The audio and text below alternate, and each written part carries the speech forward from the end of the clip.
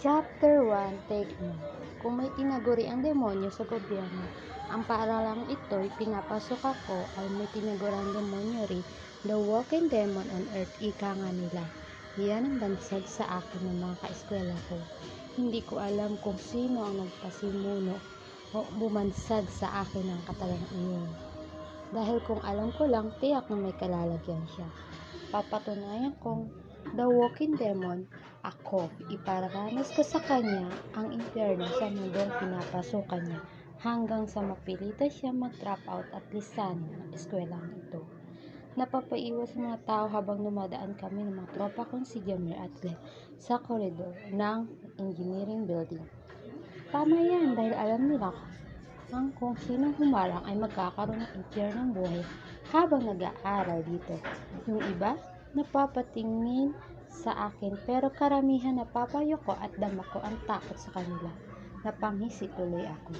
Matakot talaga kayo sa akin. Gago pre, panimula ni Jamil sa pagsasalita. Nag-drop out na si Felix kahapon. Sinong Felix? Kumunot ang noo ko. Hindi ko kasi kilala yung tinutukoy niyang Felix. Natawa si Glenn. Pre, yung may-ari ng winasak mong motor. Sagot niya. Yung gumasgas sa kotse mo na bagong transfer dito sa school.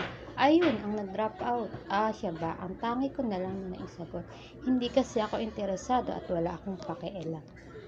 Nag-drop out na pala yung gagong yun. Mabuti naman dahil talagang ginawa kong miserable ang buhay niya rito sa school.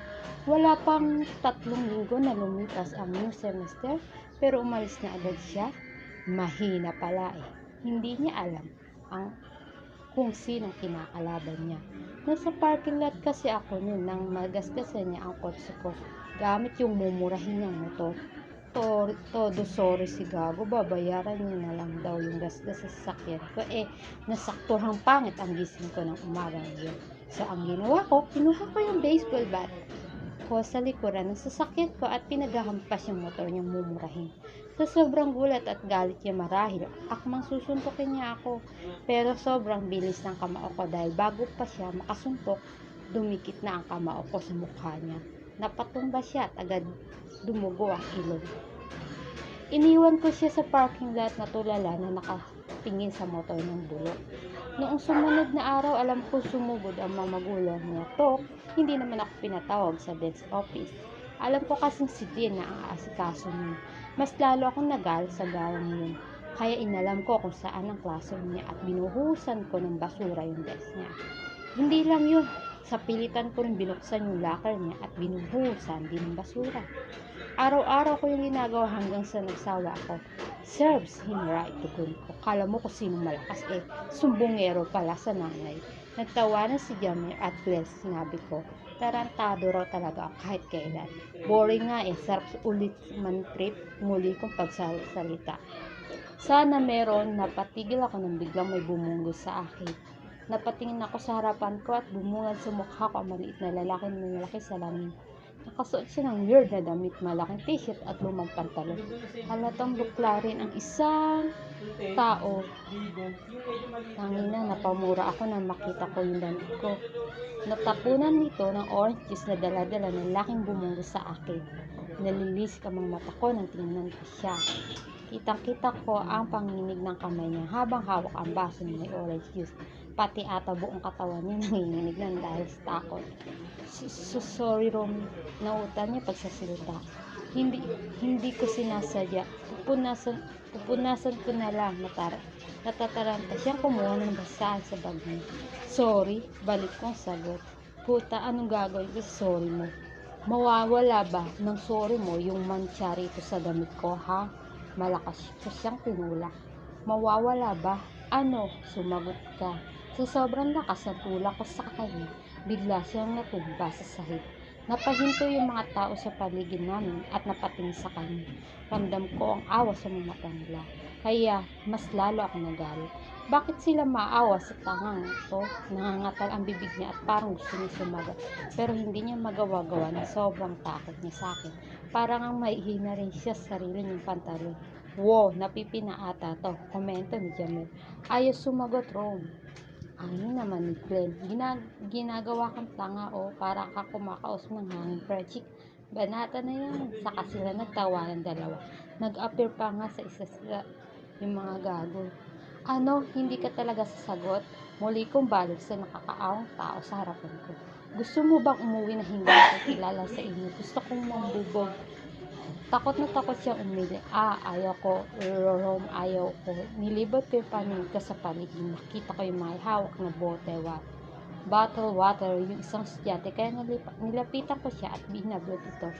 Binuksan ko yung bottle water at binuhos lahat ng laman sa tarantadong bumangga sa akin.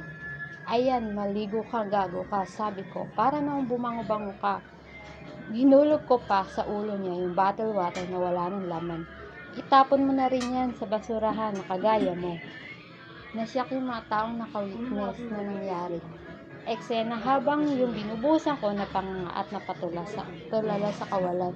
Nagulat siguro dahil sa kahihiyan.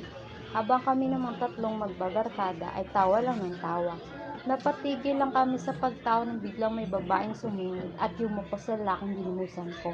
May hawak siyang panyo at pinunasan yung braso at mukha ng lalaki.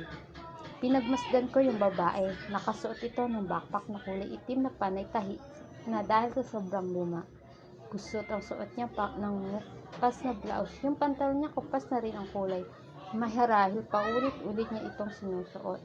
Kahit yung suot niyang sapatos ay parang masisira na kapag patuloy pa rin niya itong ginamit. Isa na namang dukha ang tumambad sa mukha ko. Hoy, pagtawag ko sa kanya. Alam mo ba ang ginagawa mo? Hindi niya ako sinagot. Kaya nagtawanan sila dyan. Matapang na babae anya. First time to ha. Bing ka ba? Kinakausap kita. Hinawakan ko yung balikat niya. Nagulat ako dahil ang payat niya lang. Tapos sobrang tapang niya na umiksa na. Kala niya ata hindi ako apato sa babae. Wala akong sinasanto sa school na to. Pero mas nagulat ako na marasang tanggalin ang kamay ko na sa balikat niya. Inalalayan niya yung tumayo yung lalaki na matapos niya itong punasan. Saka siya tumingin sa akin ng sobrang sama. Matalim ang mga tingin. Kitang-kita ko sa mga mata niya yung hahalong galit at panibiri sa akin. Para bang sukang-suka siya sa nabuhay ako. Unang beses ko makaranas ng ganito. Yung tingnan ng mga mata ng punong-puno ng galit at panibiri. Usually, puro takot lang ang mga mata na nakikita ko sa mga tao makapasalumuha ko rito sa school. Pero ang babaeng ito, ibang-iba. Sino ba tong babaeng to? Ano bang pinagmamalaki niya? Salot, matipid yung pagsasalita. Pati sa boss niya, ramdam ko yung puot na nararamdaman niya sa akin. Ha? Ang tangi kong nasagot. Paara akong nabingi ng dahil sinabi niya kahit na malinaw ko naman itong narinig. Isa kang salot. Pag-uulit niya. Mas naging klaro ang galit niya sa akin. Ikaw at ang mga tropa mo, kayo ang salot sa eskwela na to. Eskwelahan na ito. Nanigas ang pangako at napayo ko ang kamao ko. Hindi mo ba ko kilala? Mag-ingat-ingat ka sa mga sinasabi mo. Pagbabanta ako sa kanya. Kayang-kaya kong gawin miserable ang buhay mo. Hindi ka ba natatakot? Marahas kong hinila yung manggas ng luma ng damit. Parang ang mapupunit na ito sa sobrang luma, masyadong manipis ang tela ng suot niya. Pero kahit anong rahas kong hila sa damit niya, mas marahas naman yung tinapik ang kamay ko. Masyado itong malakas ganun ang liit na lang na babae. Matagal nang miserable ang buhay ko, walang emosyon yung sagot sa akin, at hindi kita kinatatakutan. Kamatayin nga, wini-welcome ko lang sa buhay ko. Tapos siya, at sa'yo, matatakot ako. Tinignan niya ako mula ulo hanggang paa na punong-puno ng panigil. Bakit? Isa ka lang naman nasalot to na umaasa sa pera ng magulang. Napaawa ang bibig ko nang dahil sa sinabi niya. Walang lumabas na kahit anong salita na isasagot ko sa kanya. Kahit sila Jammer ay bigla natahimik. Marahil nagulat din. Dahil unang beses na may bumangga sa akin ng ganyan. Unang beses na may naglakas ng loob na magsalita sa akin ng mga ganung bagay. At lintik na yan. Babae pa ang may guts sa gumanito sa akin. Muli niya akong tinignan na punong-puno pa rin ng pandidiri at puot sa kanyang mata. Sa kanya inilayan yung lalaki sa paglalakad. Tinabig pa niya ako upang makadaan sila. Nakasunod lang ako ng tingin sa kanya. Nakatulala hanggang sa mawala sila sa paningin ko. Biglang bumulalas ng tawa si Jamir at Glenn. Wow! Amazed na amazed si Glenn. Ang tapang nun ha. Mukhang sa unang pagkakataon may babaeng gagawing miserable ang buhay ni Rob. Tugon naman ni Hamir. I can wait to see it. Tama si Hamir. Dahil sa unang pagkakataon, may babae akong papatulan. Ipapakita ko sa babaeng yun kung sino ang binangga niya. Nagkamali siya ng pader na binabangga. Mararanasan niya kung paano ako magalit at kumanti. Mararamdaman niya ang galit na tinatawag ng salot. Maghanda ka na. Kung sino ka man, hindi ako titigil hanggang di ka umaalis sa paaralang ito. Ako ang batas. Ang batas, salot ipapakita ko sa iyo kung sino ang masalot sa ating dalawa. Hindi na kami pumasok dahil sa sobrang bad trip ko sa babaeng bumangga sa akin kanina. Okay lang naman na hindi kami pumasok since pumapasa naman kami. Besides, kahit minsan pumasok ako, wala akong ginagawa doon kundi matulog o pagtripan ang mga kaklase ko habang nasa kalagitnaan ng klase. Boring din naman magturo yung matanda ko, professor. Andito kami ngayon sa billiard house kung saan madalas namin tambayan. Nakaupo ako habang umiinom ng alak. Pinagmamasdan si Hamir at Glenn na naglalaro ng bilyar. Oy pre, pagtawag sa akin Glenn. Ayaw mo talagang sumali? Umiling ako. Ayoko, wala akong gana. Bumulalas ng tawa si Hamir. Hindi pa rin yan makamove on sa babaeng bumangga sa kanya kanina. Anya, swabing babae na yun. Atapang atao, napayo ko mga baka na muli kong maalala yung insidente kanina. Mas lalong taas ang galit ko. Excuse me. Tuwing naaalala ko yung sinabi sa akin ng babaeng yun. Isa kang salot, ikaw at ang mga tropa mo. Kaya ang salot sa eskwelahan na to, kayo ang salot sa yun. Saan ba bumugot ng katapangan ng babae na yun para banggain niya ako ng gano'n? Sobrang lakas ng loob. Na akala mo may pinagmamalaki. Base mo sa pananamit niya. Isa rin siya sa tipo na naghihirap sa buhay. Baka nga yung pinag-aaral niya inuutangan pa nila kung saan. Buisit, pagsasalita ko sa sarili ko. Inubos ko yung beer ko saka tumayo at naglakad. Hoy pre, saan ka pupunta? Pagtawag sa akin ni Hamil. Pero hindi ko siya sinagot. Dire-diretso lamang ako sa paglalakad hanggang sa makarating sa sasakyan ko. Nagmaneho ako pabalik sa school. May kailangan akong alamin. Kailangan ko malaman kung sino yung babae na yun. Anong pangalan niya, anong course niya, para mas madali ko siya magantihan. Gagawin ko talagang miserable ang buhay niya. Anong sabi niya? Miserable na ang buhay niya? Pwes, mas lalo kong gagawin miserable hanggang sa hindi na niya kayanin. Ipapakita ko sa kanya kung sino ang batas sa aming dalawa. Pagdating ko ng school, nagpaikot-ikot ako sa buong facility. Hindi naman kalaki ng school namin, kaya alam ko makikita ko siya. Pero lumipas na ata ang 30 minutes pero hindi ko pa rin siya nakikita. Napapagod na ako kakaikot. Visit na yan. Sinasayang na babae niya ng oras ko ha. Mas lalo tuloy ako nabubwisit sa babae niya. Nagtatago na ba siya sa akin? Umiiwas? Nahimasmasan na ba siya? Kaya ayaw na niya magpakita? Binabawi na ba niya yung mga sinabi niya? Pues ako hindi ko binabawi. Ang gagawin ko sa kanya, I'll make sure that he'll pay big time. Wala na akong choice kundi pumunta sa registry office para magtanong.